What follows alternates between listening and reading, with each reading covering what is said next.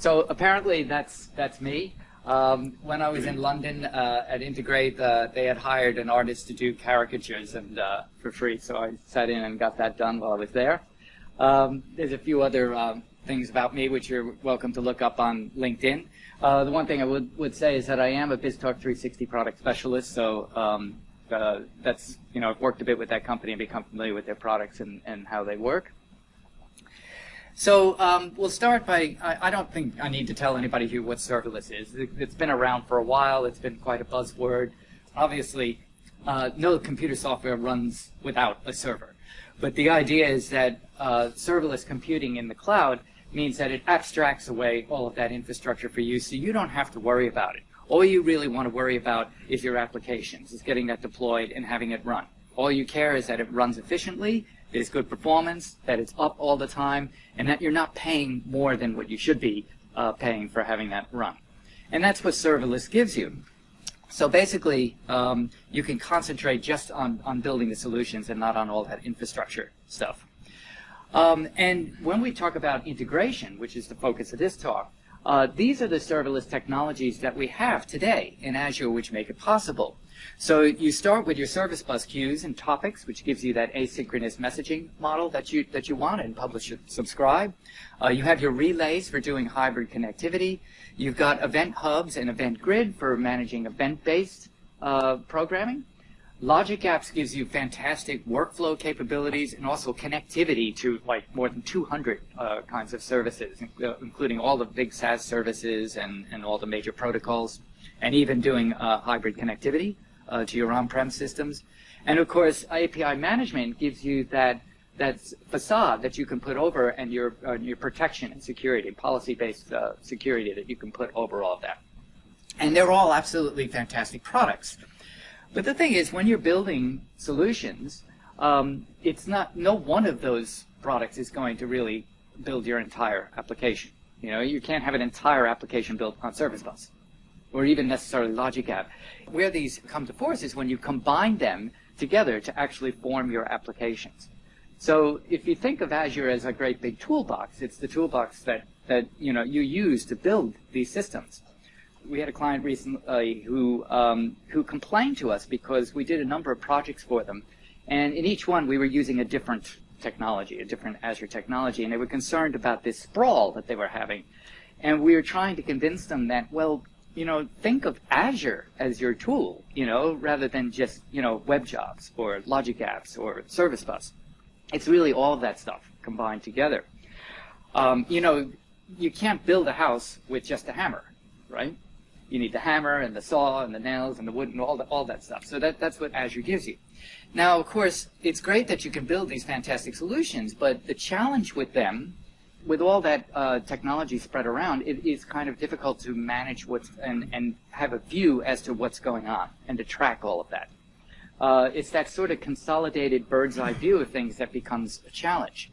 Now, it's not that Azure doesn't have good monitoring tools. It's got some fantastic capabilities. So you have OMS with log analytics, you've got App Insights, you've got Security Monitor, and the story keeps getting better. But the problem is that they're all kind of diverse tools that do different things.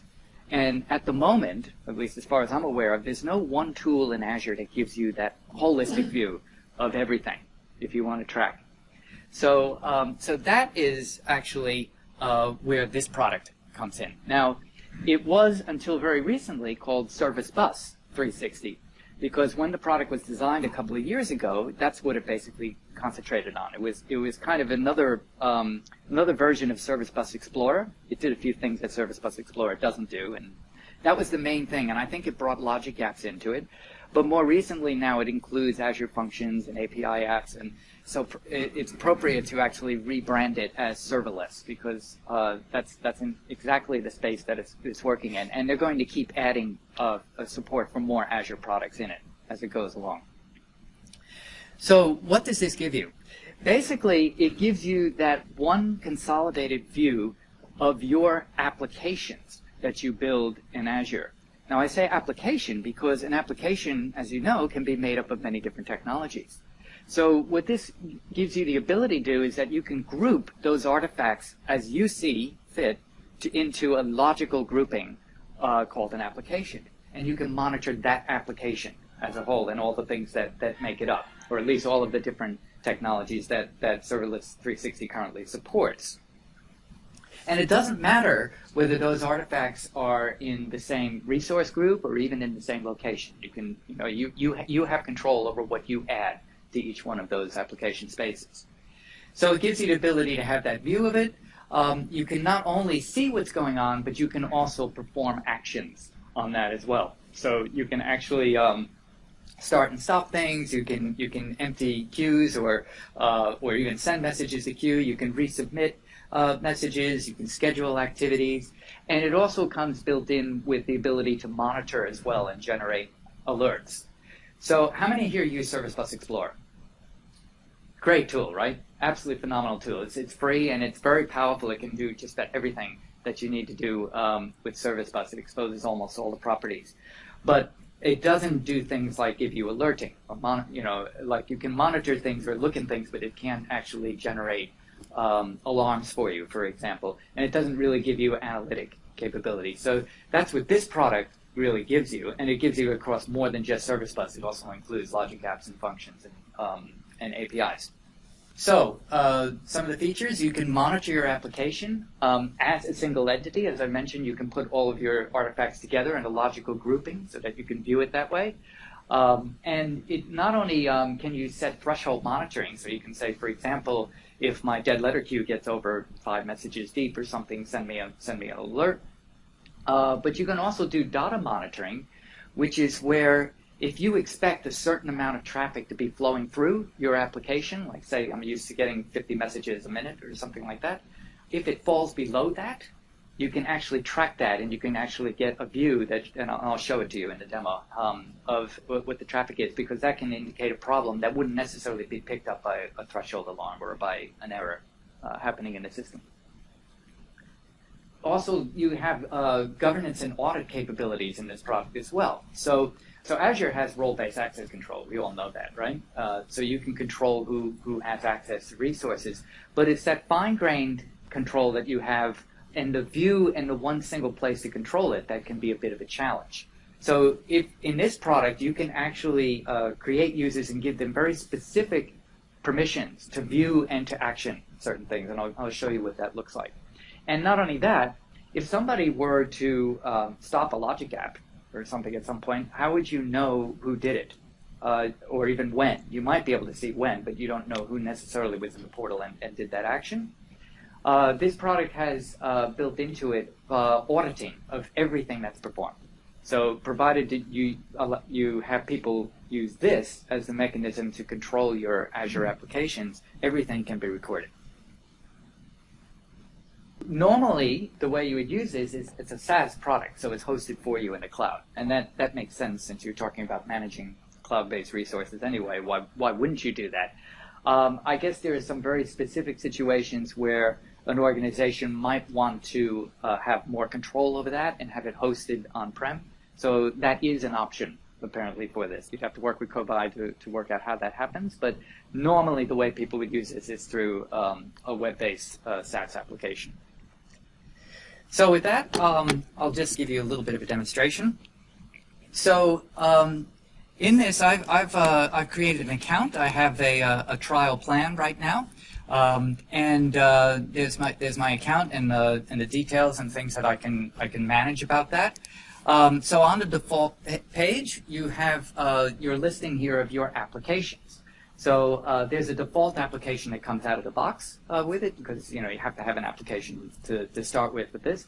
But I've created my own application called Order Fulfillment, and I've added some artifacts to that. As you can see, I've got one topic, I've got a couple of logic apps, and I've got a function app that's in there as well. So if I've also got one alarm that's configured to it, but you're not confined to that. You can have many different types of alarms and with different settings on it. And if I go and click in Manage on this, I'll get a more detailed view of actually what comprises this. So you can see that we have my topics, we have my logic apps, and my functions. And from in here, I have the ability to manage all of those things. So from the dashboard, I can go into any particular one of those. So for example, if I want to go into my logic apps and see what's in there, I can have them listed. I get some details about them, what their current state is, whether or not I want to watch this or not. So I can flip that and ask and tell it that I want to have it notify me, for example, if there's anything wrong, which I won't do at the moment because I've got an alarm already set for that. I can actually run the trigger on those logic apps from here, and a few other things that I can do. I can disable it if I want to, or if I want to delve down and actually look at the properties for it. That's all exposed. So that information is all readily available. I could do the same with my topics. The topics are actually a little bit more interesting because with a topic you have subscriptions, right? So if I go into operations, I'll be able to see the various subscriptions that I have against those topics and how many messages are currently in there and what the dead letter state is. So in the operations in here, I can even go and peek at some of the messages in it if I want, just like you can in Service Bus Explorer. Have a look at the dead letter situation. If I look at the rules, I can look at the subscription and get details as to what kind of filters, for example, are applied to that. So you can see that this particular one has a filter for a property called customer type that has to be business for the messages to go into there. So that's our services view. Under activities, I can add various activities in here. I've created this one, which is actually to send messages to the service bus. So if I want to do this, I can actually send messages. I'll just show you how I configured that. Basically, what I did is I associated my topic with it, and I have the ability to actually send a message with any text that I put in there, plus setting any properties or keys that I want, and that can basically exercise it. There's a few other properties I can set as well, and I can even schedule it to send messages to, or batches of messages. So you can understand how this can be quite useful if you're trying to test things. So, for right now, I'll just run it once, and it's initiating activity, and it's going to send a message to that queue. And if we give that a moment, when we go back, we should see that the queue will actually, that topic rather, will actually wind up with an extra message on it. Actually, I have to go to the subscription level, don't I, to see that? So we should. Yes, so now we have 3 messages in that. I don't know if you remember, but it was 2 before. So that's another thing we can do. In the monitoring, we have the ability to create alarms. So if you've actually used BizTalk 360 before, this is very, very similar to the way that works. It's almost the same model. So what you do is you actually create an alarm. And the alarm basically contains a number of properties, but it's only when you associate it to events that it actually does anything. So you give it a name. You determine whether or not it's a threshold. Now I guess it's not actually letting me change that because I've already associated with something. So we'll say we'll do a new alarm.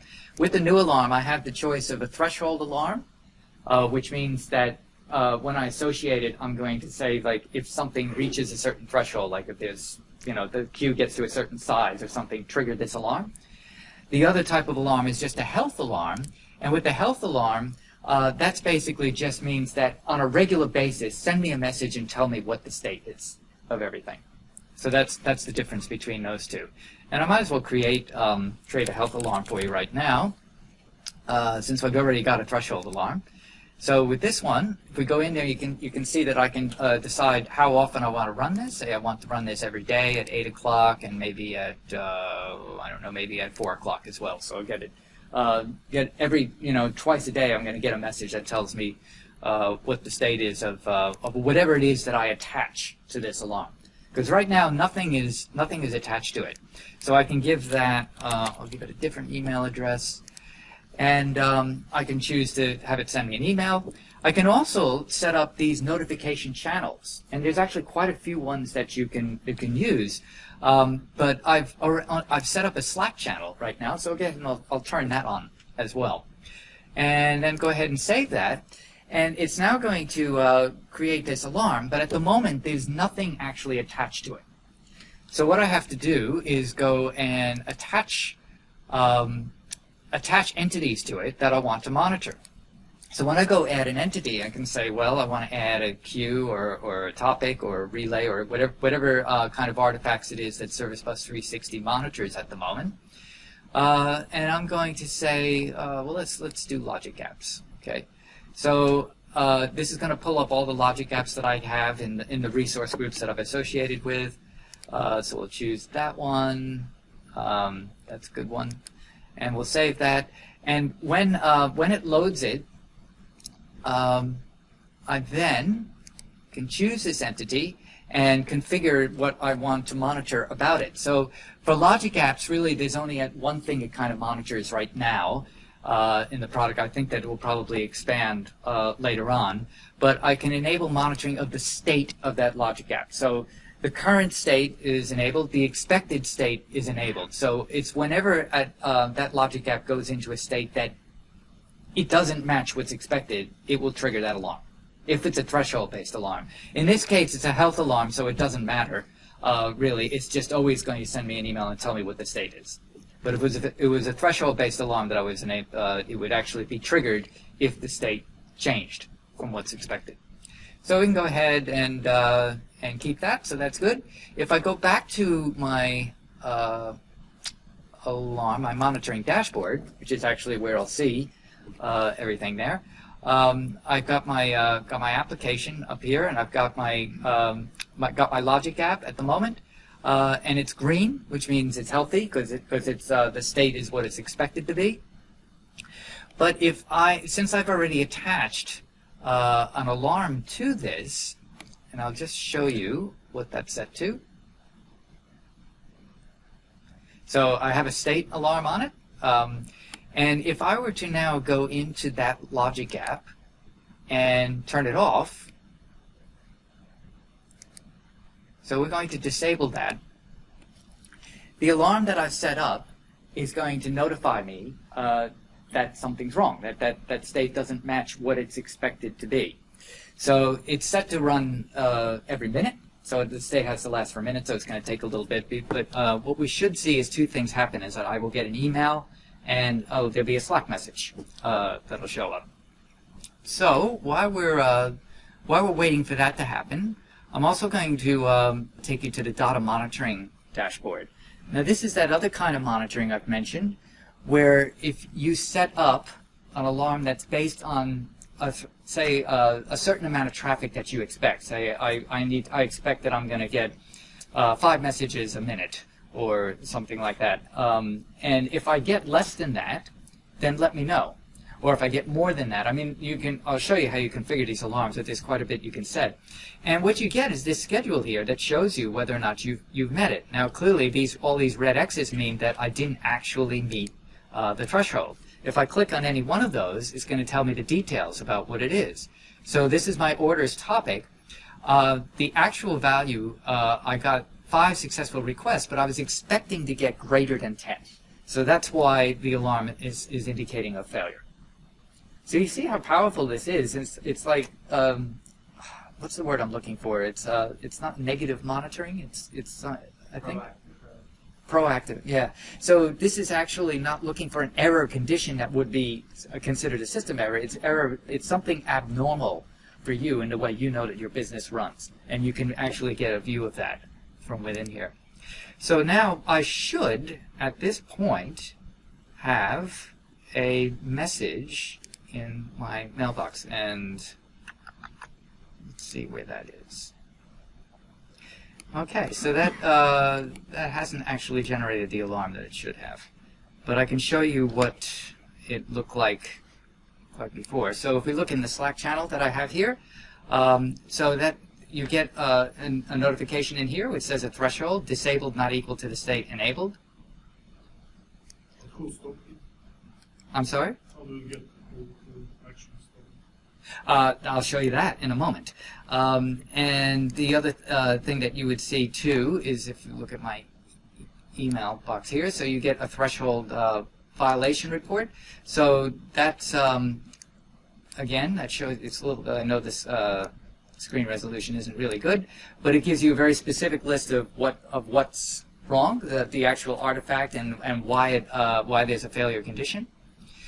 You also get an error, get a message when it goes back to healthy. So when the problem resolves, if I was to resume that logic app, I would also get a second notification that says, okay, it's back, it's fine now. So going back to Service Bus 360, I'm glad you asked that. How would you know what's happening? So if we go to the top, up here we have Governance and Audit, and if we click that, we can see that we actually get a full log of every action that's happened and who's done it. So you can see that the last entry here at 1846, that logic app was changed to disabled, and it was changed by somebody named Daniel Toomey. So you can get details. So you can see how you can track all of that now in this, and that's a real value add on there. Yes.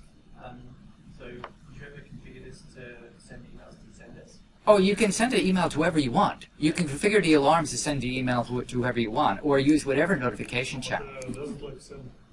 Will it send just once every minute? That's also configurable. So let me go back. Let me go back configuring the alarms again.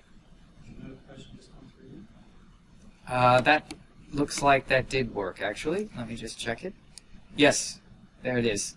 651 disabled. So obviously it took a little while for it to get through, but that's my notification in Slack. Okay. Let's move that out of the way. What I wanted to show you was, just got to remember how to get to it. Oh, it's asking that because I haven't. Okay, so monitor, configure alarms. I'll show you with the alarm. This is what I want to do is edit. Okay, so you give it your name. I set it up as a threshold alarm. And if you see, I can choose how many minutes the violation has to persist before I actually generate that alarm. And then I can also set the number of alerts that are sent for that particular alarm. So this way you don't get spammed, right? If something down, you don't want to get an email every minute. I can also set a window of when it's valid. And here I can also configure not only the email, but as I showed you before, the particular channels, notification channels that I want to use for that. In terms of those channels, if I go back to my dashboard, Does it do escalations like as in the so you're talking about stepped levels of alarms. I think the way you would handle that is you would actually create 2 alarms, and for the second alarm you configure it to have a longer period of time where it was, and if it stayed for that, it would trigger that second one. So what I was going to show you here was where in settings the different things that we can choose in here, and one of them is notification channels. So just to show you what's currently supported in the application, if I go create a new channel, we have SMTP. So it already gives you email capabilities, but I think if you would want to set your own SMTP server, for example, you want the email to come from a specific domain. That would be the reason I could think of it. Or maybe if you're running an on-prem version of this product, you might need to do that. You can also set PagerDuty. You can send it to OMS, which is fantastic, all the capabilities that are in there. And there's also a webhook. So I guess the question is, if there's some other system that you want to import this in, if it supports a webhook, you can probably take advantage of that feature. Start the Logic app? Yeah, absolutely. So just go back home and we'll do Manage Services, Logic Apps, and Enable. Now I should probably get an email or a notification eventually that that's started again. Okay. I'm going to go back to my composite applications. Just going to go back to settings to show you something else that's pretty cool about this product. If I go into users, Now this is where you can actually create your control about what your users are capable of doing. So I'm the account owner, so basically I'm a super user. I'm God. I can do everything in this. But if I want to create another user, I have the option of choosing a normal user or a super user. So if it's a super user, they can do everything, right? But if I go with a normal user, and I'll just say, why not? Just say guest. Okay, the email ID, so I'll give that as another valid email address. And when I go into this screen, you can see right away, like I've had a lot of control over the access that they can do. So they can view the composite application group, the default application. I can choose which applications they're actually allowed to view, and then what specific components in that they're allowed to view, and what they can do with it. You know, whether they can create, edit, delete, or just maybe just look at them. By default, they have everything. Sorry, by default, yeah, by default it has everything, but you untick what you don't want them to have access. So you can go through in here and change that. And then in addition, you also have the operations, which is managing the entities and being able to actually do things on them, like purge messages or turn on or turn off logic apps and that kind of stuff. So it's quite granular, really, that you can control that. Now, try doing that in the Azure portal, right? I'm not saying it's impossible, but how much work would it be to do it there as opposed to just having this one screen, be able to manage it? Now, to be honest, this is only if they access the stuff from Serverless 360, right? If they go into the Azure portal, then it's not controlled or governed from there. So. Can you grant access here without granting them access in the Azure portal?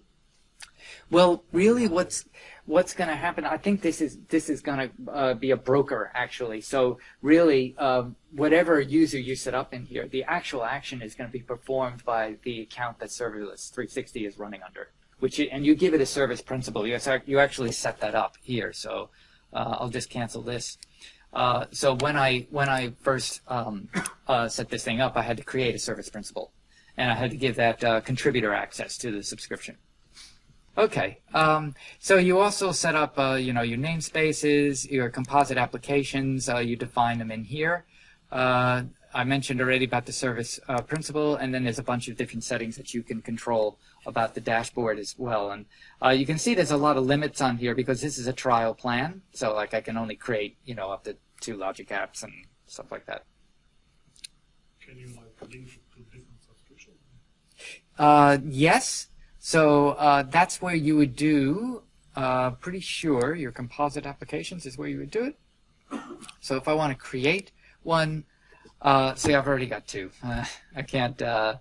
But when I created that, it asked me to link to a resource group or resource groups within a subscription. So that's how I got it. Choose subscription.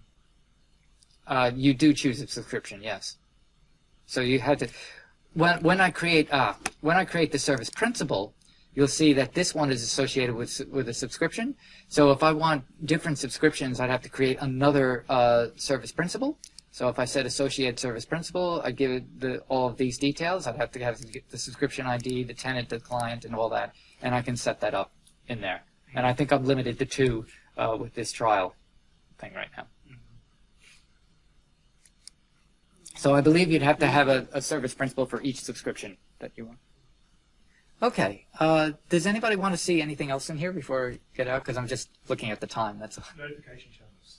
Yes. You've got Slack. What else does it support? Yep. Which is what? Yeah, it's these. I think I went through it before. So at the moment, these are the ones that are available. So you can set up your own SMTP server if you want to have control over the domain from the email that it's coming from. And Pager, Slack, webhooks, and Operation Management Suite are what you have at the moment.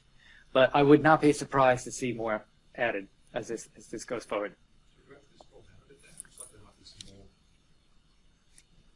Yes, sorry, Microsoft Teams, yay. Yeah.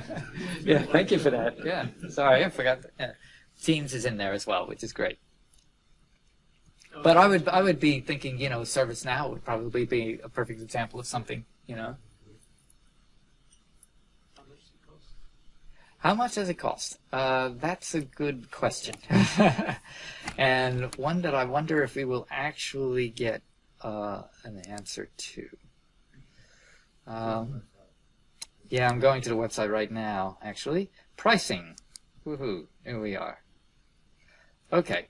Well, it's not too bad, actually. Okay. So, free.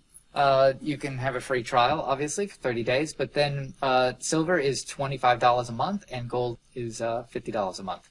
And I guess what the difference between those things is just the numbers of applications and artifacts that you can support